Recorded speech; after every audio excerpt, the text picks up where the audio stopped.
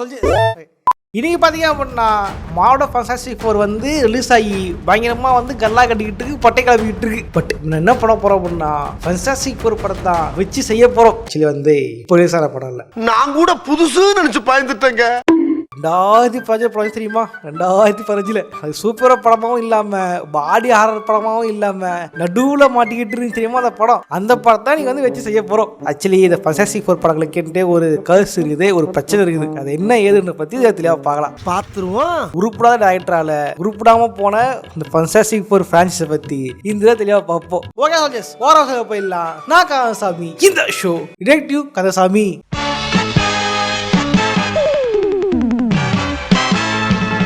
பொதுவாக மார்வலில் ஏகப்பட்ட கேரக்டர்ஸ் இருக்கும். அந்த ஏகப்பட்ட கேரக்டர்ஸுக்கு பல படங்கள் வந்து கரெக்டாக அமையும். அது பாட்டுன்னு 1 2 3 ட்ரையாலஜி அப்படின்னு போகும். பட் இந்த ஃபேண்டாஸ்டிக் 4 மட்டும் எவன் என்ன கண்ணு வச்சான்னு தெரில, எவன் எங்கிட்ட முட்டை மதனம் பண்ணான்னு தெரில.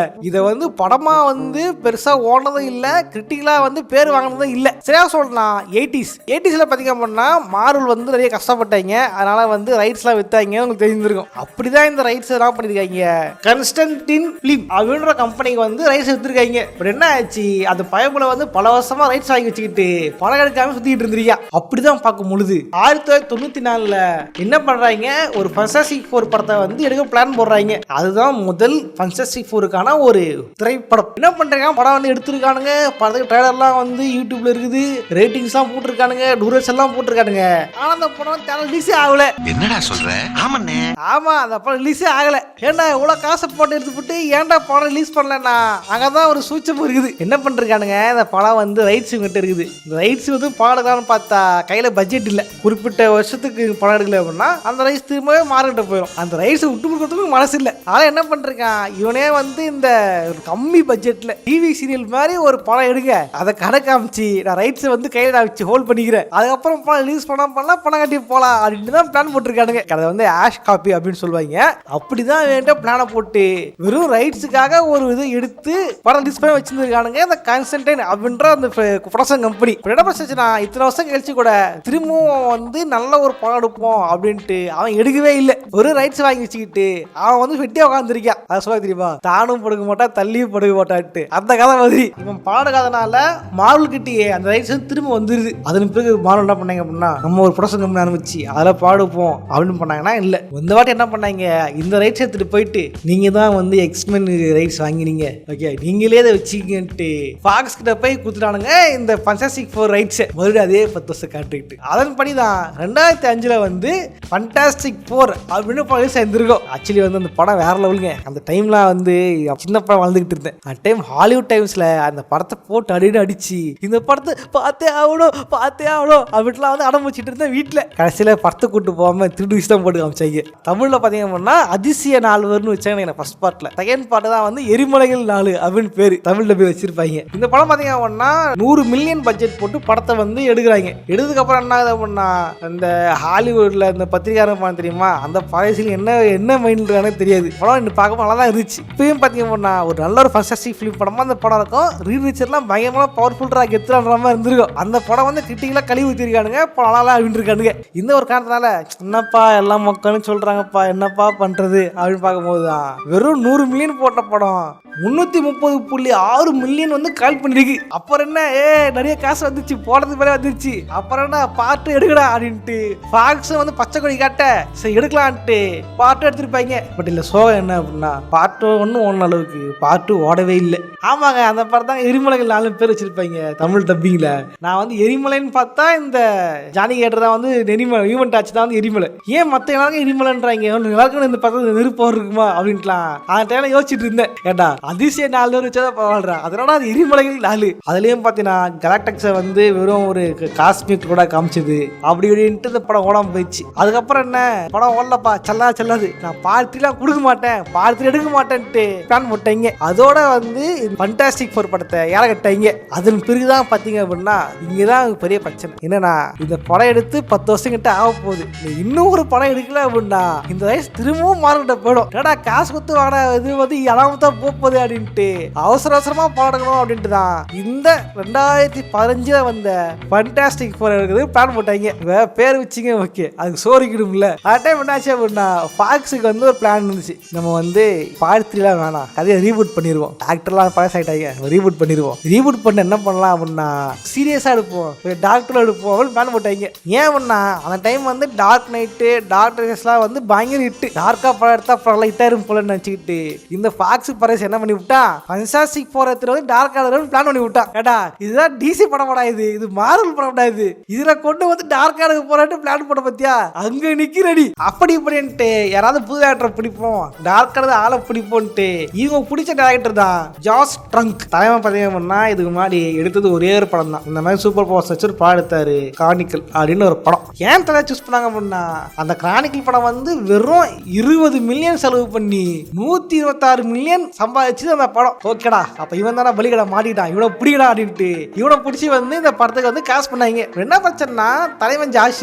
இதுக்கு முன்னாடி காமிக் புக்ஸ் படிச்சதும் கிடையாது, காமிக் புக் பத்தி தெரியவும் தெரியாது. ஏன் ஃபண்டாஸ்டிக் ஃபோர்னா எவனே தெரியாது தலைவனுக்கு. ஏடா ஃபண்டாஸ்டிக் ஃபோர் எவனு தெரியாத ஒருத்தர் கூட்டு வந்து இந்த பாடுக சொன்னா எப்படி இருக்குது? காரே ஓட்டது இல்லைங்க, ஆனா இவர் தான் கார் டிரைவர் அப்படின்ற மாதிரி இருக்கு. இந்த டைம் தான் ஆச்சு இது இந்த படத்துக்குன்ட்டு ஒரு முதல்ல ரைட்டர் வச்சு அப்பாயின்மெண்ட் பண்றாங்க. ரைட்டர் என்ன பண்றாரு அப்படின்னா இந்த டைம் தான் வந்து அவெஞ்சர்ஸ் படம் வந்துச்சு, என்ன பண்ணுவோம் அவெஞ்சர்ஸ் மாதிரி ஒரு படம் எடுப்போம், ஒரு டீம் அப் படம் எடுப்போம், அது மாதிரி கதை எழுதலாம் அப்படின்னு தான் தலைவர் கதை எழுதியிருக்கான். பட் ஜாஷிக்கு வந்து இன்னொரு பிளான், இதெல்லாம் வேணாங்க, நம்ம வந்து டார்க் கிடக்கலாங்க. டார்க்கா என்னங்க படம் ஃபுல்லா இருட்டா எடுப்போம், இந்த படத்தை ஒரு சூப்பரா படம் இல்லாம பாடியார படமா எடுக்கலாம்னு பிளான் பண்ணியிருப்பான். பாடியாரா தெரியுமா? நீ திங் படம் பார்த்துருக்கீங்களா?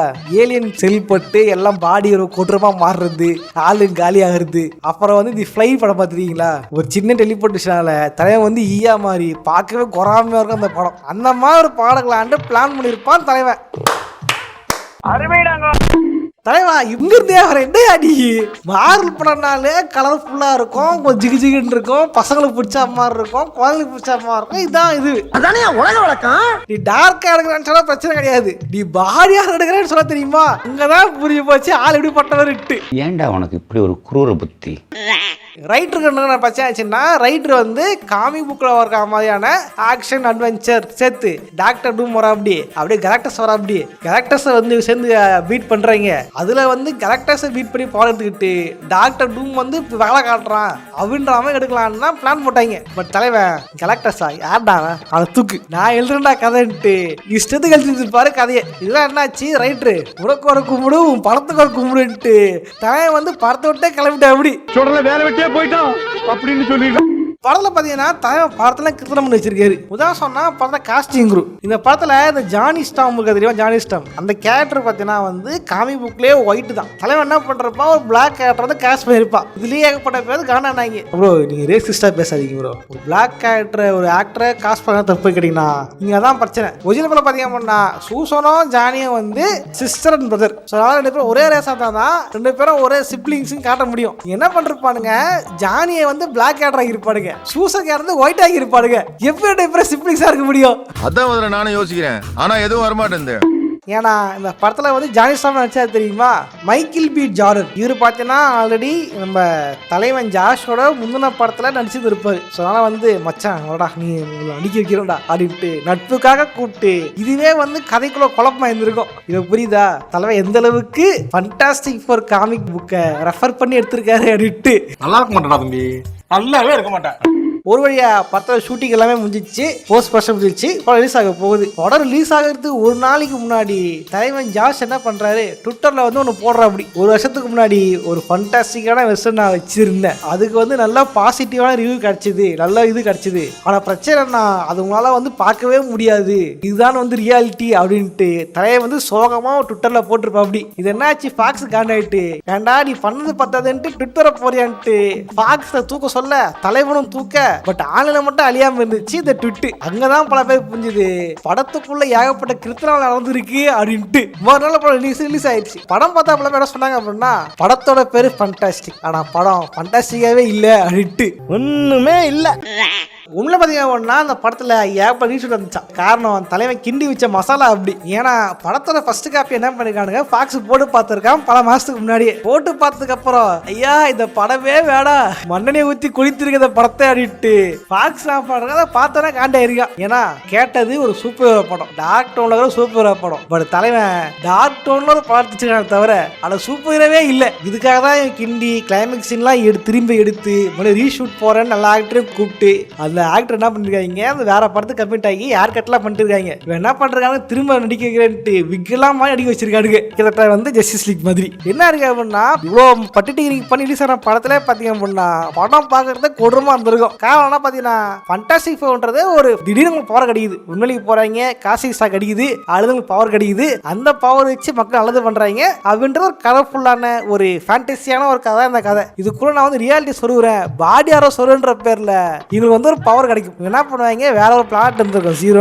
அங்க டெலிபோர்ட் ஆகி ஆயிட்டு அங்க ஒரு எனர்ஜி சோர்ஸ் இருக்கும். அது பட்டு இந்த 4 பேருக்கும் பவர் கிடைக்குது அப்படின்றாவே ஆக்கியிருப்பாங்க. பவர் கிடைச்சவனே சரின்னு பவர் கிடைச்சிருச்சு, ஐ நான் பறக்கிறேன், ஐ நான் தும்சம் பண்றேன், ஐ நான் கை நீட்டுறேன் அப்படின்னா கிடையாது. பவர் கிடைச்சவனே இவங்களை கூட்டின்னு போயிட்டு கவர்மெண்ட் என்ன பண்றது ரிசர்ச் பண்ணிக்கிட்டு இருக்கோம். இதுல டாக்டர் டூமை காட்டுங்க தெரியுமா, அதுதான்டா கூடுறோம். என்னடா இது டாக்டர் டூம் மாஸ்க், இது நீந்து போட கொடுக்கட்டி எடுத்து மூஞ்சில அப்பி வச்சா மாதிரி டாக்டர் டூம் வந்து கொடூரமா காமிச்சிருப்பாடுங்க. என்ன கொடூரமா இருக்கு. எனக்கு தெரிஞ்சு 2005 அந்த படம் தாங்க. படத்துல ஃபைட் வேணுமா ஃபைட் இருக்கு, ஆக்ஷன் வேணுமா ஆக்ஷன் இருக்கு, சாகசம் பண்ணமா சாகசம் இருக்கு, ஜிகிஜின்னு கலர் வேணுமா கலர் இருக்கு அப்படின்ட்டு எல்லாத்தையும் கலந்து ஒரு அழகான படமா கொடுத்துருப்பானுங்க 2005 அந்த படத்தை. இந்த படத்துல யாருக்குமே வந்து இது பவர் கிடைச்சிருக்கு, இதை வச்சு என்ன பண்ணலாம் அப்படிலாம் சொல்லிக்க மாட்டாங்க. ஏன்னா 2005 படத்துல பாத்தீங்கன்னா ஒவ்வொருத்தரும் பவர் வந்து இருக்கும், பவர் டெஸ்ட் பண்ணுவாங்க. பவரை வச்சு என்ன பண்ணாங்க, ஊருக்குள்ள பிரச்சனை நடக்கும் பொழுது இவங்க போயிட்டு ஊரை காப்பாற்றுவாங்க, அங்க இருந்து நல்ல பேர் கிடைக்கும் இவங்களுக்கு. இங்க பாத்தீங்க அப்படின்னா இது கிடைச்சது பவர் கிடையாது, இது வந்து ஒரு பிசிக்கல் கண்டிஷன், இது வந்து ஒரு நோய், இந்த நோய் நம்ம எடுக்கணும் அப்படின்ற மாதிரி பேசிக்கிட்டு இருப்பாங்க இந்த படத்துல. இது நோய் நான் பாக்குற பவர்னு தெரியும், பாக்குற காண்டாயிராது. இதனால பாத்தீங்க அப்படின்னா இந்த படம் வந்து ஃபெயிலியர், அட்டு ஃபெயிலியர் ஆயிடுச்சு. எவனுமே கிரிட்டிக்கலாவும் காலி ஊத்திட்டானுங்க. படம் வந்து தேட்டருக்கெல்லாம் ஓடல. அதோட ஃபேக்ஸ் வந்து கையெழுத்து கும்பிட்டு போதும்டா சாமின்ட்டு கிளம்பிட்டா. அப்படி சரி ப்ரோ, அந்த டாக்டர் என்ன அப்படின்னா தலைவன் பாத்தீங்க அப்படின்னா இந்த படம் ஃபெயில் ஆனதுக்கு அப்புறம் தலைவனுக்கு பட வாய்ப்பே கிடைக்கல. ஏன்னா இந்த படத்திலே பாதி படத்திலே தூக்கிட்டாங்க. என்னடா படத்தை வச்சிருக்க அப்படின்ட்டு தூக்கிட்டு தலைவசா மாத்தி இருப்பாங்க. இதெல்லாம் வெளியே தெரிய வந்து தலைவனை வந்து தூக்குனதுக்கு அப்புறம் தலைவனுக்கு பட வாய்ப்பே கிடைக்கல. தலைவன் பாத்தீங்கன்னா பல வருஷம் கழிச்சுதான் கேப்பான் அவரும் பாடிச்சிருப்பாரு. அந்த படம் கிரிட்டிக்கலை கழுவி ஊத்திட்டாங்க, படம் அட்டு ஃபிளாப் ஆகி போச்சு. இப்ப தலைவன் ஃபீல்ட் அவுட் ஆகி எங்க இருக்காருன்னு யாருக்குமே தெரியாம போயிட்டா. அப்படி அப்பவே ரைட்டர் சொன்னான்ல அவஞ்சர் மாதிரி பாடலான்ட்டு, கேட்டியா நான் ஏசத்தான் எடுப்பேன்னு வந்து இல்ல. நாம என்னப்பா செய்யறது, நாம ஒண்ணு நினைச்சா செய்ய ஒண்ணு நினைக்குது. ஒரு இது சோர்ஸ் மெட்டீரியலும் இல்லாம இவரு படமாவும் இல்லாம படத்தை 2 கட்டா எடுத்ததுனாலதான் இந்த படம் ஃபெயிலியர் ஆயிடுச்சு. இந்த படம் நினைக்கிறீங்க கமெண்ட் பண்ணுங்க. இந்த படம் தியேட்டர்லாம் பார்த்து யாரெல்லாம் காணா நீங்க எது வெறுப்பா நீங்க காமெண்ட்ஸை கமெண்ட் பண்ணுங்க, நானும் பார்த்து தெரிஞ்சுக்கிறேன். இது திங்க காமிச்சிருப்பாங்க அதான் கொடுறோம். திங்கு உடம்புலாம் மூஞ்செல்லாம் வந்து கல்லுக்கெல்லாம் முளைச்சி அது பார்க்க ஒரு அப்பியரன்ஸாகவும் இல்லாம கொடூரம் பண்ணிச்சிருப்பாங்க இந்த படத்துல. இதெல்லாம் பார்த்து காணா நீங்க கமெண்ட் பண்ணுங்க, நானும் படி தெரிஞ்சுக்கிறேன். இதே மாதிரி என்ன படத்தை ரோஸ் பண்ண கமெண்ட் பண்ணுங்க, நானும் ரோஸ் பண்ண ட்ரை பண்றேன். இதே மாதிரியான இன்னொரு சோகா சந்திக்கிறேன். பாய்.